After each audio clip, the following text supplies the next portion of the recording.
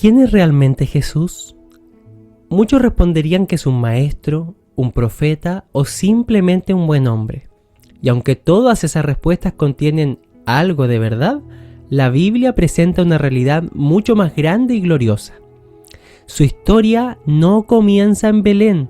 Antes de que existiera el tiempo, antes de que brillara la primera estrella y antes de que se formara la tierra y los cielos, Cristo ya era. De Él da testimonio toda la Escritura, no solo el Nuevo Testamento. Cristo es el centro de la Biblia. Jesús dijo a los judíos: escudriñad las Escrituras, porque a vosotros os parece que en ellas tenéis la vida eterna. Y ellas son las que dan testimonio de mí.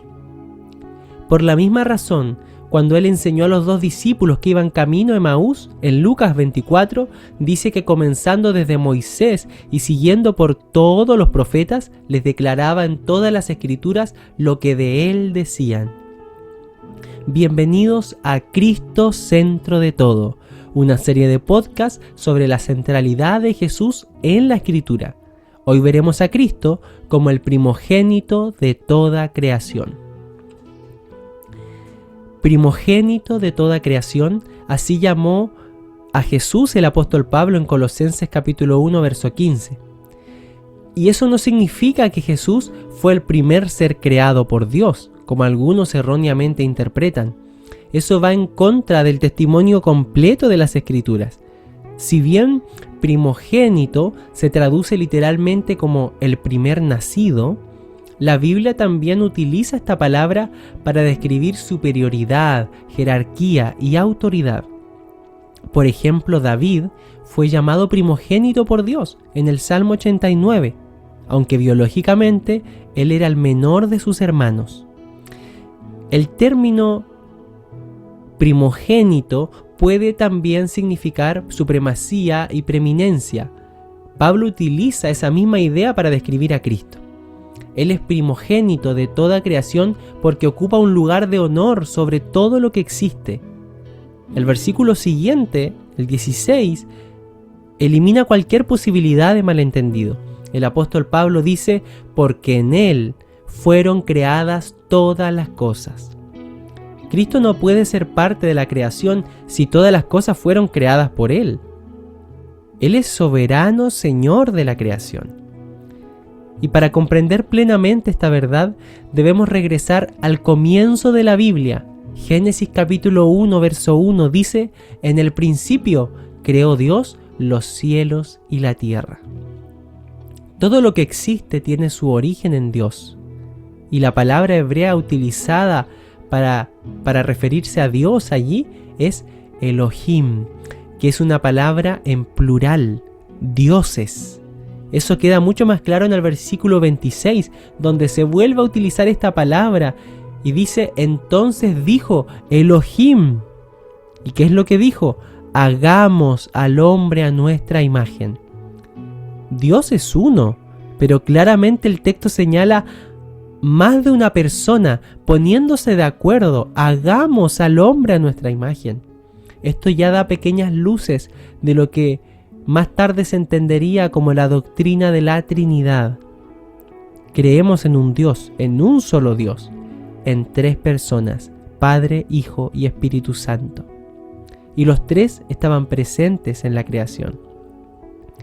El apóstol Juan escribe también el primer capítulo de su evangelio observando esta verdad.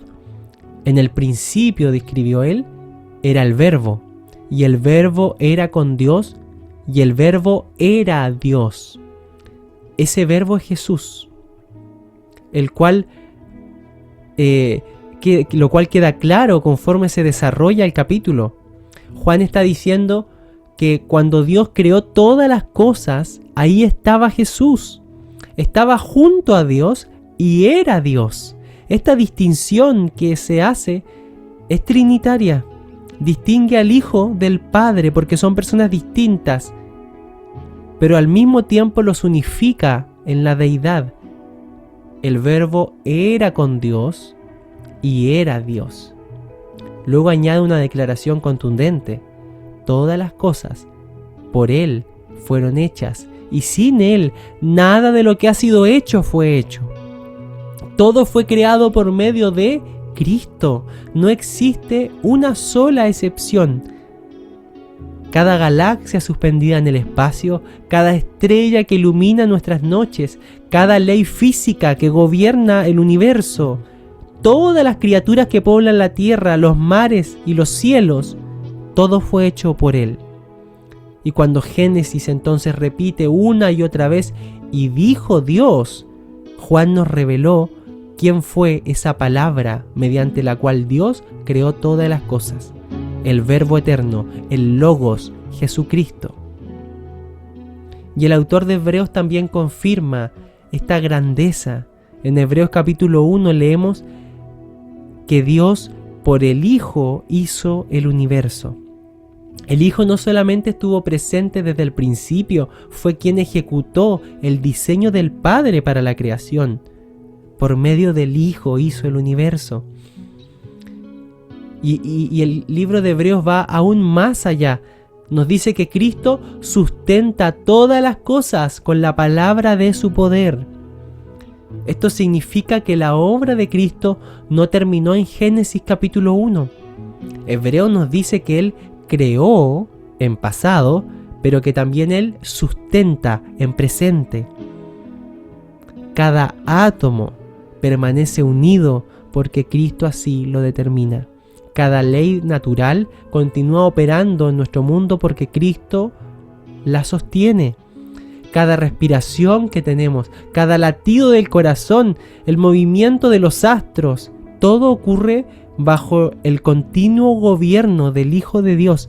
Él es el que cada día envía la lluvia y hace salir el sol sobre justos e injustos. Él sustenta su creación. Por eso Pablo puede decir en Colosenses que Cristo es antes de todas las cosas y que en Él todas las cosas subsisten. Y Él es el propósito final de todas las cosas porque todo fue creado por medio de Él, dice, y para Él. El universo no existe para el hombre, o a lo menos no principalmente. No existe para nuestra comodidad, nuestros sueños o nuestros logros. Existe para la gloria de Cristo.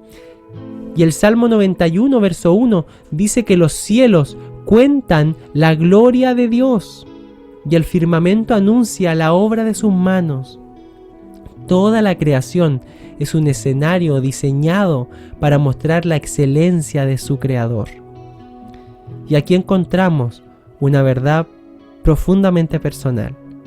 Si Cristo creó todas las cosas, entonces también nos creó a nosotros. Nuestra existencia no fue producto del azar, no fue un accidente de la naturaleza. Fuimos hechos por Cristo y para Cristo.